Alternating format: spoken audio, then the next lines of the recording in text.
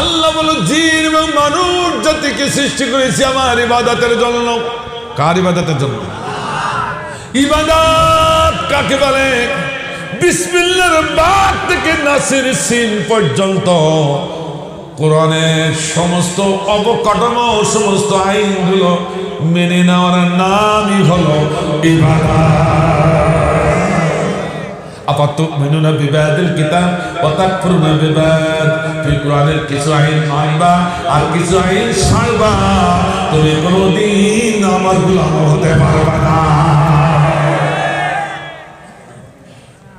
কথা ঠিক আছে?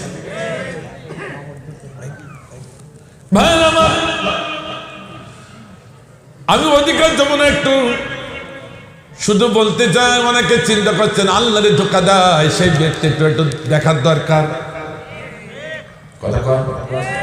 যে ব্যক্তিরা আল্লাহর ধোঁকা দেয় ওরে ধরিয়ে আজকে খুঁটিতে বাঁধবো, সবাই দেখে যাবেন, কেন ও কিন্তু আপনারও ধোঁকা দিবে। আমার ভাইজান তাফসীর কয়েকখান তাফসীরের ভিতরে দেখলাম, সব তাফসীর থেকে এক জায়গায় করে আমি যেটা বুঝেছি আপনাদের শোনাচ্ছি। আল্লাহ রাব্বুল আলামিন সেদিন কাল কিয়ামতের ময়দানে তিনি মহাবিচারক। কথা পান? বাংলাদেশের বিচারক, পৃথিবীর বিচারকরা তারা কি বিচারের আসনে বসবে নাকি? না, সেদিন সাধারণ মানুষের মতো হামাগুড়ি দিয়ে আল্লাহর সম্মুখে বসতে হবে। ঠিক না? বড় বড় বিচারকরা যদি ভালো বিচার করে থাকো আল্লাহর কাছ থেকে রায় পাবে, আর সঠিক বিচার না যদি করো সাধারণ মানুষের মতো আসামি হয়ে আল্লাহর দরবারে যাওয়া লাগবে। কথা বলে ঠিক কিনা? আমার ভাইজান, আল্লাহ রাব্বুল আলামিন বিচারের আসনে আসীন হয়েছেন, একা করে ডাকছেন, বিচারের আসনে সব হাজির হয়ে যায়। আল্লাহ বলছেন ওয়াসিকাল্লাযীনা কাফারু ইলা জাহান্নাম যুমারা। আল্লাহ বিচার করে বলতে যাও তোমরা জাহান্নামী। যেই না জাহান্নামে ঘোষণা দেয় অমনি জাহান্নামের ফেরেশতারা তাকে টানতে টানতে জাহান্নামে ডেকে নিতে চায়, কিন্তু জাহান্নামী মানুষেরা জাহান্নামের গর্জন, ভয়াবহ তর্জন, ভয়াবহ আযাব দেখে কোনো মানুষ সেদিন জাহান্নামে দিকে যেতে চাইবে না। হাদিস শরীফ এসেছে, তাফসীরের ভিতরে এসেছে, ওদের গলায় তখন রশি দেওয়া হবে, ওদের মাথায় রশি দেওয়া হবে, ওদের পায়ে রশি দেওয়া হবে।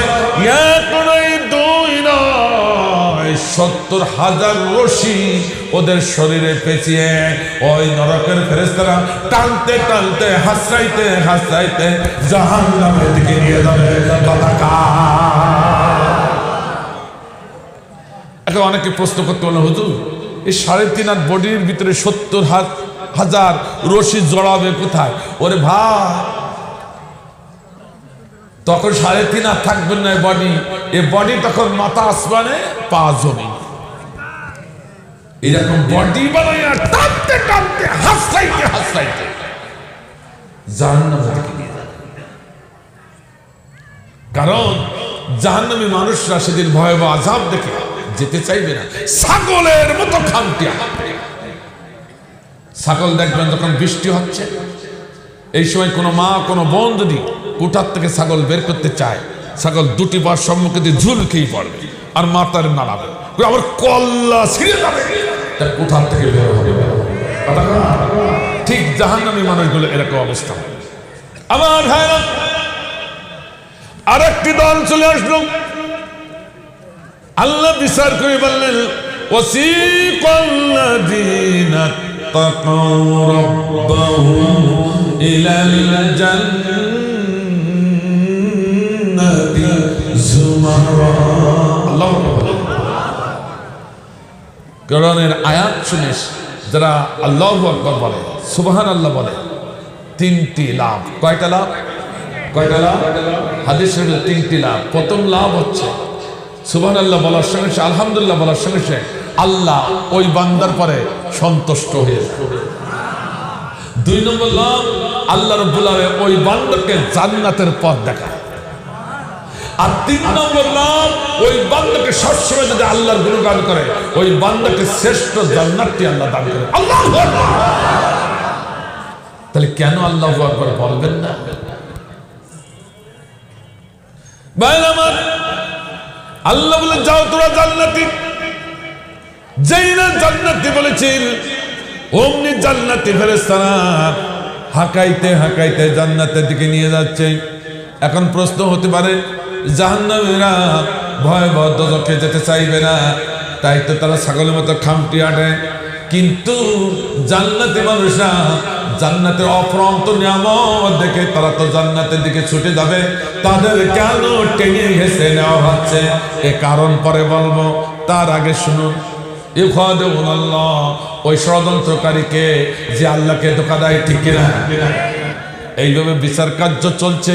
বিচার কার্য যখন চলছে, একজন গোলাম ধম করে আল্লাহর সম্মুখে লাফ দিয়ে বসেছে, বসে বলছে, আল্লাহ গো, আমার জান্নাতটা কোন দিকে তুমি একটু দেখিয়ে দাও। কোনো প্রটোকল নাই, কারো কোনো অনুমতি নাই, লাফ মেরে ঝাঁপ দিয়ে বলছে, আল্লাহ আমার জান্নাতটা কোন দিকে একটু দেখিয়ে দাও। আচ্ছা, আল্লাহ কেউ অবুঝবে কি? একটু জোরে বলা কেন? আজকে যদি প্রাইম মিনিস্টারের সাথে এই এলাকার কোন লোক দেখা করতে চায়, চাইলে কি দেখা করতে পারবে? অনেকগুলো প্রটোকল। এই সভাপতি, আওয়ামী লীগের সভাপতিকে আগে ধরতে হবে। সভাপতি সাহেব আমার প্রধান অতিথি চেয়ারম্যান সাহেবকে ধরবে, চেয়ারম্যান সাহেব আবার উপজেলা চেয়ারম্যানকে ধরবে, উপজেলা চেয়ারম্যান আবার এমপি সাহেবকে ধরবে, এমপি সাহেব আবার মিনিস্টারকে ধরবে, মিনিস্টার আবার প্রাইম মিনিস্টারের একান্ত সচিবকে ধরবে। তারপর একান্ত সচিব প্রাইম মিনিস্টারের কাছে অ্যাপ্লাই করবে। অ্যাপ্লাই করার পর প্রাইম মিনিস্টার যদি অনুমতি দেয়, তাহলে জিকুর কাছার একজন মানুষ প্রাইম মিনিস্টারের সাথে দেখা করতে পারেন। তার আগে যদি কেউ জোরে ঢুকতে দেয়, ঘাড় ধাক্কা দিয়ে বের করে দিবে। ঠিক আছে, এটা হচ্ছে প্রোটোকল। ঠিক আছে তো সভাপতি সাহেব? এবার আপনাদেরকে জানতে চাই, ও ভাই, আমার আল্লাহর পাওয়ার বাংলাদেশের প্রাইম মিনিস্টার সেই একটু কম না বেশি? এটা তো জোরে বলা যাবে না। কত বেশি তার তুলনা করা তাহলে সেই আল্লাহ সম্মুখে যে হাজির হচ্ছে, অথচ কারো কোনো প্রোটোকল নেই, কিছু নেই, অনুমতি নেই, লাফ দিয়ে ঝাঁপ মেরে দিয়ে বলছে, আল্লাহ আমার জান্নাতটা কোন দিকে একটু দেখায় দাও। তখন আল্লাহ বুঝিয়ে ফেললো, এই সেই ব্যক্তি যে আমারে ধোঁকা দিয়ে বোকা বানাইয়া জান্নাত পেতে চায়। কথা কন না কেন? আরো জোরে বলেন, ঠিক কিনা? আল্লাহ বলছে, বান্দা সত্য করে বল, তুই তো জান্নাতের আবেদন করলি, আসলে কি তুই পৃথিবীতে নামাজে ছিলি? আল্লাহ কও কি কও? আল্লাহ সারা জীবন নামাজ পড়েছি, তোমার দিনের জন্য আন্দোলন সংগ্রাম করেছি, কত মাইর খাইছি, তাই না? আল্লাহ বলছে তাই না। আল্লাহ মনে মনে মিসমিস করে হাসে আর বলে, আমি বুঝে ফেলেছি, আল্লাযীনা হুম ইউরাউন, তুই হচ্ছিস সেই ব্যক্তি যে ব্যক্তি মসজিদে ঢুকেছিস, আমার গোলাম যারা তাদের ধোঁকা বানাইয়া বোকা বানাইয়া তাদের মূল্যবান রায়টা নিয়া তাদের পদভ্রষ্ট করেছি, তাদেরকে জাহান্নামী করেছি। এখন আমার ধোঁকা দিয়া বোকা বানাইয়া আমারও জাহান্নামী করতেছে। ঠিক না? এই কথা বলে আমারও ধোঁকা দিয়ে বোকা বানায় আমার জান্নাত পেতে চায়। অত তাড়াতাড়ি ছাড়বো না।